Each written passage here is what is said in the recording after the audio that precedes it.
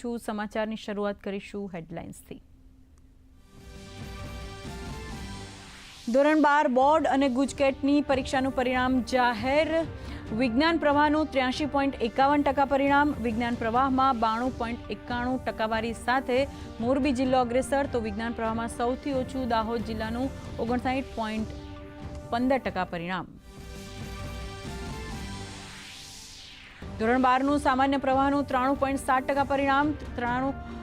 97.20% સાથે બનાસકાંઠા જિલ્લો અગ્રેસર, તો સામાન્ય પ્રવાહમાં સૌથી ઓછું વડોદરાનું 87.77% પરિણામ।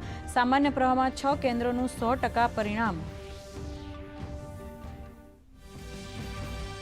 રાજ્યના ખેડૂતોના માથે માવઠાનું સંકટ। આજથી 5 દિવસ ગાજવીજ સાથે મધ્યમ વરસાદની આગાહી। અંબાજી, બોટાદમાં સતત બીજા દિવસે વાતાવરણમાં પલટો। ડાંગર, એરંડા, ઘઉં, કપાસ, કેરી સહિતના પાકને ભારે નુકસાન।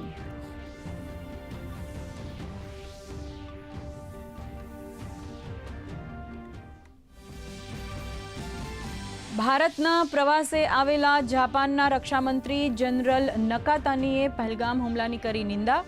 રાજનાથ સિંહે ભારત સાથે એકતા બતાવવા બદલ માન્યો આભાર। બંને નેતાઓ વચ્ચે થઈ દ્વિપક્ષીય વાતચીત। અગાઉ જનરલ નકાતાનું ગાર્ડ ઓફ ઓનર્સ આપી કરાયું સન્માન।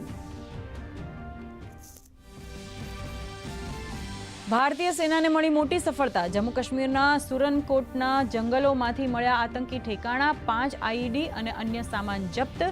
તો સતત 11મા દિવસે પાકિસ્તાનના સંઘર્ષ વિરામનો ભારતીય સુરક્ષા દળોએ આપ્યો જડબાતોડ જવાબ।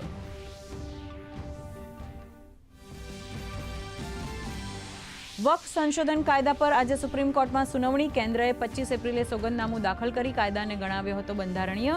17 એપ્રિલે કોર્ટે કેન્દ્રને કાયદાની બંધારણીય માન્યતાને પડકારતી અરજીઓનો જવાબ દાખલ કરવા 1 અઠવાડિયાનો આપ્યો હતો સમય।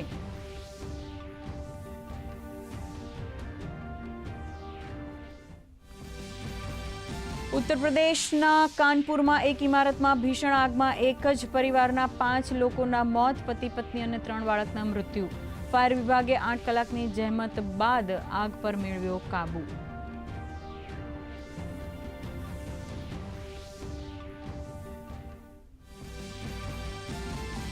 અમેરિકન ફિલ્મ ઉદ્યોગને પુનર્જીવિત કરવાના હેતુથી વિદેશી સિનેમા પર ટ્રમ્પની ટેરિફ સ્ટ્રાઇક।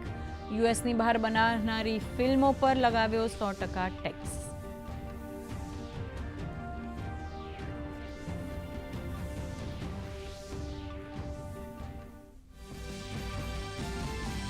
અને બિહારમાં આયોજિત ખેલો ઇન્ડિયા યુથ ગેમ્સમાં આજે મહત્વના મુકાબલા। આજે સ્વિમિંગ, નિશાનેબાજી અને ફૂટબોલની સ્પર્ધા। 5000થી વધુ સ્પર્ધીઓ લઈ રહ્યા છે ભાગ। 15 મે સુધી ચાલશે ખેલો ઇન્ડિયા યુથ ગેમ। સમાચાર વિસ્તાર